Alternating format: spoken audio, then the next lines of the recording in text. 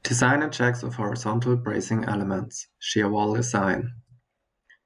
There are two different horizontal bracing elements to be considered during the design. First, the individual shear walls, and second, the building cores, consisting of a set of walls.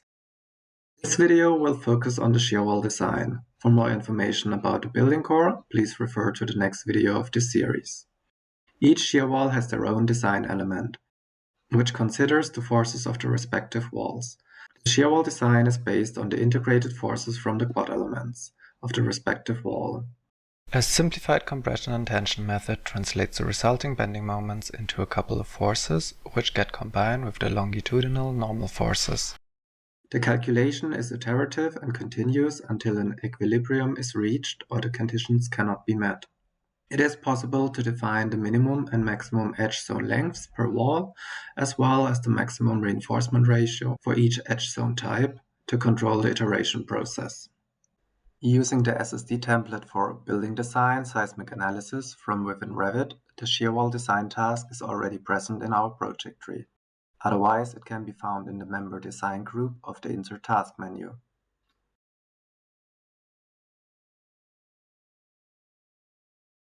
We select the desired shear walls from the list of available walls on the left. The viewer to the right shows the associated building core and highlights the selected wall from the table to visually verify the selection.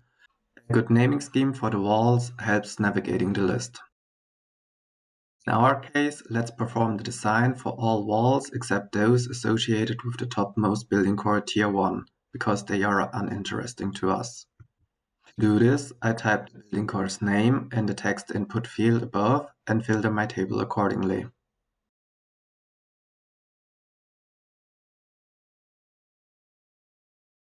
Next, I finish my selection by choosing Deactivate All in the context menu of the first column.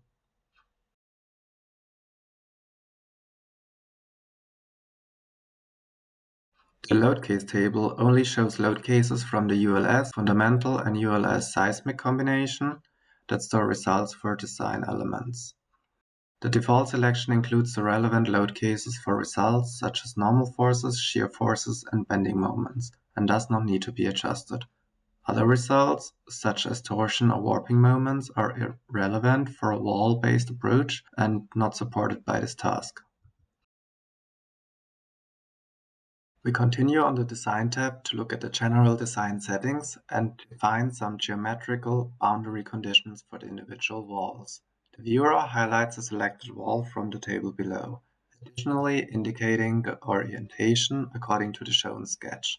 Edge zone A is always in the positive z direction of the local coordinate system for the wall. For easier understanding of the results, make sure your walls are modeled properly. Maximum reinforcement ratio limits are set uniformly for all walls within this task. They can be set separately for compression and tension edge zones. The edge zone length is increased incrementally between the minimum and the maximum values until an equilibrium is established and the resisting forces can withstand the acting forces. The minimum edge zone length is equal to the wall thickness, written in percentage and rounded to full integers. The maximum edge zone length is limited to half the wall length. Adjust this value to account for wall openings such as doors.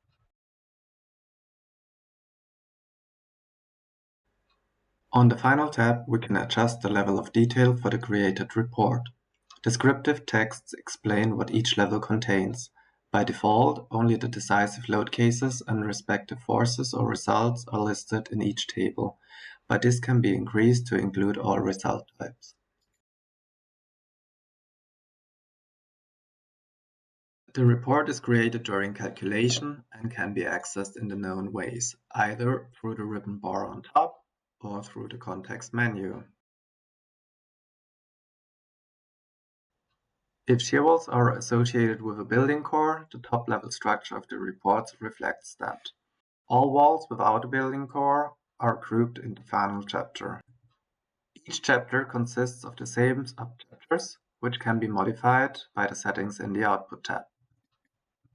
The Materials table lists the concrete and reinforcement used for the walls. If you are in a building core chapter, only one material each should be shown here. If several materials show up, you must have selected varying walls, which will lead to errors during the capacity check later on. The wall check explains the position of the edge zones according to the local coordinate system of the wall. The shear wall information lists the wall by level and wall ID and provides the reader with the dimensions and materials. If different materials are used in one building core, the culprit can be found here. The analyzed combination table lists the decisive load cases, as well as the total number of load cases that were analyzed. If more information is required, we can increase the output level for this section. For flexular design, aka bending around a strong axis, and shear design, two sets of tables each exist. The load case combination table shows the internal forces for the shear wall design, which represent the integrated forces of the individual walls. Therefore, it's mostly normal forces as well as bending and shear along the strong axis of the wall. Bending around the weak axis is comparatively small and being disregarded in this task. The next table contains the required reinforcement per wall per edge zone, indicating if it is compression or tension reinforcement with the footnotes.